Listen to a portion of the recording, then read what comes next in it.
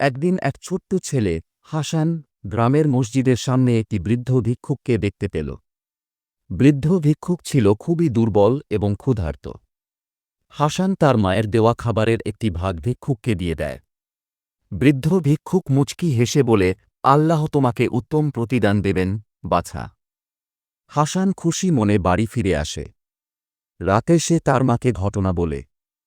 মা তাকে আদর দিয়ে বলে, হাসান, আমাদের প্রিয় নবী মুহাম্মদ বলেছেন, যে ব্যক্তি মানুষের প্রতি দয়া প্রদর্শন করে, আল্লাহ তার প্রতি দয়া প্রদর্শন করেন।